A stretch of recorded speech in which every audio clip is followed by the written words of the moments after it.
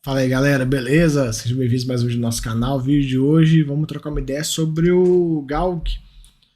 Alguns de vocês pediram, né? Tem um tempinho que a gente não fala desse fundo, vamos dar uma atualizada em alguns pontos sobre esse fundo. Primeiro ponto, ele paga aí, né, 8 centavos, 8,2 centavos, né? Os caras botam na base 10 e conseguem criar a terceira casa decimal aqui, mas é como se fosse 82 centavos na base 100, né? Galg, a taxa de administração e gestão, ok, bem justa. Tem taxa de performance, vocês sabem que eu não gosto, não sou fã disso. O fundo hoje se negocia ligeiramente acima do seu patrimonial.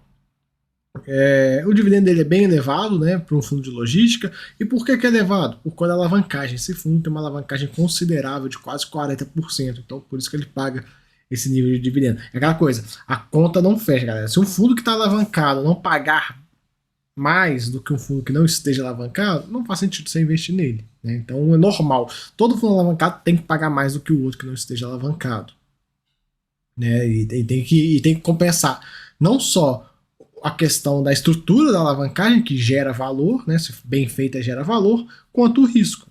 Então não adianta dar você ter um fundo, esse fundo está alavancado, ele paga 11,15.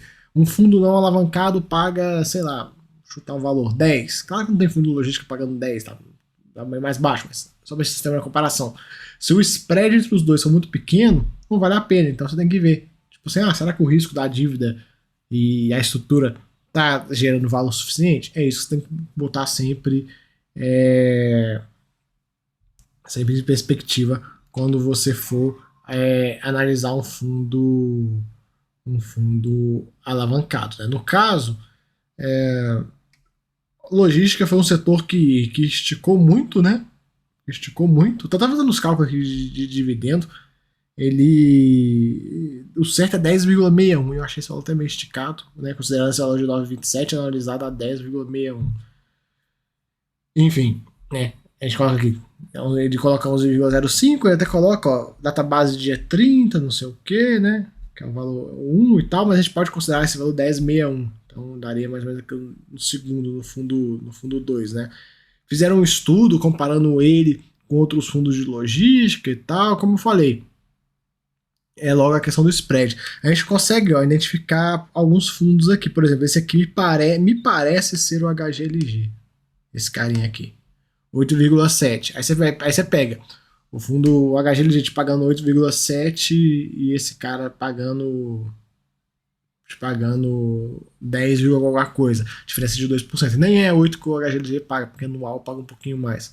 Mas enfim, ele está mostrando como o fundo dele paga mais que os outros e tal, não sei o que, mas é algo que é inerente à alavancagem. O fundo alavancado tem que pagar mais. Né? Tem que acompanhar isso sempre. Ele também comenta sobre a valorização, que o fundo teve uma valorização de 10% e os outros fundos uma valorização de 19%, muito por conta também da alavancagem, né? O mercado precifica ela dessa forma. Aqui os últimos resultados, a estimativa da gestão, né, a projeção da gestão que mantém esse patamar de 8,2 centos aí. Ele veio utilizando reservas, né? Olha só. Gerou 4,3, pagou 4,7, gerou 4,4, pagou 4,7, gerou 4,05, pagou 4,7. Então ele vem utilizando reservas para manter esse patamar e a gente vai acompanhando aí essa questão toda. A liquidez é razoável, é quase 1 milhão, são 60 mil cotistas, são 5 imóveis, somente contratos atípicos, é um dos pontos fortes desse fundo, né? Tem aí somente contrato atípico e tal, são bons contratos, boas empresas, bons galpões. Prazo médio de contratos bem longo, bem tranquilo. Aqui o portfólio a gente vai ver com um pouco mais de calma, né? Receita por estado. Ele foge um pouco, né, das regiões óbvias, né? Rio Grande do Sul, Bahia e Pernambuco. Né? Geralmente os fundos de logística se concentram ali em São Paulo, em Minas. Ele foge um pouco. Sobre a grande questão, Rio Grande do Sul e Bahia são dois mercados que não são muito quentes, né? Então fica esperto com isso. Pernambuco é um mercado quente, mas esses dois nem tanto. Claro, são contratos atípicos, não tem dor de cabeça quanto a isso, mas é aquela coisa, é sempre bom ficar ligado, né? Por mais o contrato é longo e tal, a gente nunca sabe o que pode acontecer, uma empresa sair, pedir para decisão antes e tal, a gente vai acompanhar tudo isso aí. O fundo tem 5 imóveis, sendo que 3 deles têm dívidas, né, atreladas. A gente vê aqui um passivo de quase 400 milhões de reais, frente a um ativo de 900, dá uma alavancagem aí de 38%. Uma alavancagem alta. E a grande questão dessa alavancagem dele, ó, se você ver aqui a projeção do saldo devedor dos CRIs, hoje nós estamos falando de algo próximo de 370 milhões de reais. Para o ano que vem, né, em dezembro de 24, esse saldo vai cair para algo próximo de 300. Então estamos falando aí de uns 70 milhões de reais sendo amortizado aí nesse período, né? E aí a grande questão é, a gente sempre tem que olhar num fundo alavancado. Quanto que ele tem de caixa? Hoje ele tem 3%.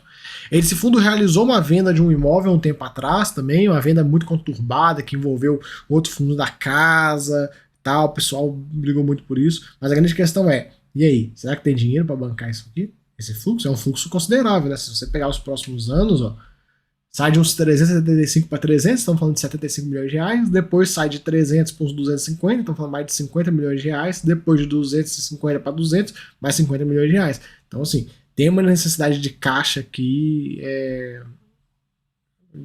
né, digamos, perene, né? Vai precisar estar sempre pagando. Só em dezembro de 27 que a situação fica um pouco mais tranquila, que o saldo devedor começa a amortizar de forma um pouquinho mais lenta e fica um pouco mais tranquila. Mas nesse início é um fluxo bem forte e a gente precisa ver o que esse fundo vai fazer, né? Inevitavelmente ele vai ter que chamar uma emissão para equalizar isso aqui. E a gente fica de olho nela, né? A gente fica de olho nessa questão. Hoje o fundo ligeiramente acima do VP, então quem sabe aí, né? Ele não consegue chamar uma emissão para endereçar essa dívida. Às vezes nem só endereçar a dívida, como também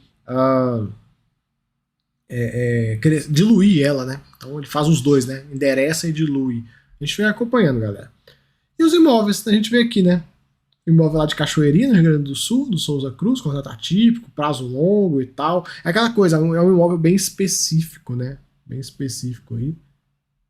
A gente viu aqui o inquilino, empresa gigante e tal, tem nem o que falar.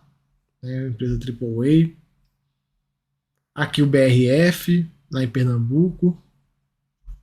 A gente sempre tem que pensar, galera, mesmo sendo um contrato atípico e tal, a gente sempre tem que pensar assim, e se essa empresa sair? E aí, como é que vai ficar esse galpão? Tem usabilidade? Tem gente para absorver um galpão desse? A gente sempre tem que pensar nisso, porque a gente nunca sabe o que vai acontecer. Por mais que o contrato atípico traz uma segurança e tal, a gente tem que pensar num caso de uma falência, numa fraude, igual foi no caso da Americanas e tal. A gente sempre tem que botar isso pelo menos na conta, só pra gente, né, ficar com a pulga atrás do orelha, porque eu vejo que se criou no mercado essa questão de é contrato atípico, esquece, liga o F e não se preocupa com nada. Não, mas não é bem assim. Não é bem assim.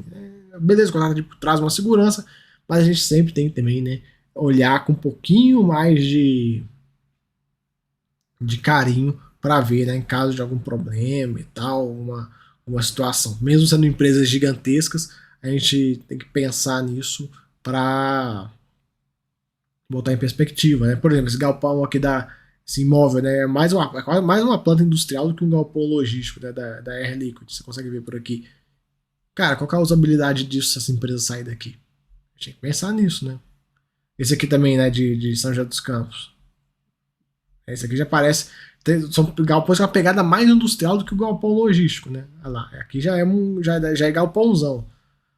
Né? Aqui, ó, já é galpão, cara de galpão. Esse aqui nem tanto, ó, você já consegue ver, mal tem, se você olhar, ó, cadê doca para caminhão? Não tem, né? Então, tipo assim, aquela coisa, um fundo de logística ou um fundo industrial? Sempre bom pensar nisso, até pra gente ver, né, quando ele se compara aqui com outros fundos de logística, a gente precisa comparar, tipo assim, e aí, a logística mesmo ou é uma pegada um pouco mais industrial? Porque se for industrial, inevitavelmente vai pagar um pouco mais, né? Deveria pagar um pouco mais pelo risco. É um setor muito mais arriscado que o setor de logística. Então, é sempre essas questões que a gente tem que botar em perspectiva. Mas no mais, galera, é isso, né? A grande questão do fundo é a alavancagem aí, que ele vai ter que emitir, inevitavelmente ele vai precisar fazer alguns movimentos pontuais de emissão, e a gente vai acompanhando aí para ver os próximos capítulos que envolvem esse fundo, né? Aqui que eu comentei, olha lá, esse aqui é galpão logístico, olha lá, tem doca para caminhão parar e tal. Esse aqui dá pra ver que parece ter algumas docas, né? Agora, se você pegar esse aqui, você tá vendo alguma doca para caminhão parar? Né? Já, não é, já é uma pegada um pouco mais voltada para o industrial. Enfim, é basicamente isso, galera. Então vocês pediram um vídeo aí do Galgo só pra gente passar por ele. Não aconteceu nada, vocês veem aí, paradão, porque somente contato atípico e tal, e boa. Grande questão da alavancagem, que a gente comentou, a gente precisa ver os próximos capítulos para ver como é que esse fundo vai lidar com isso, como é que vai ser. Ele já teve aquelas polêmicas no passado da emissão, da venda do ativo, que a gente já trouxe aqui no canal. E a gente vai acompanhando aí os próximos passos, beleza? Então fica aí o vídeo, espero que tenham gostado. Se gostou, se inscreve aí, hein? Valeu!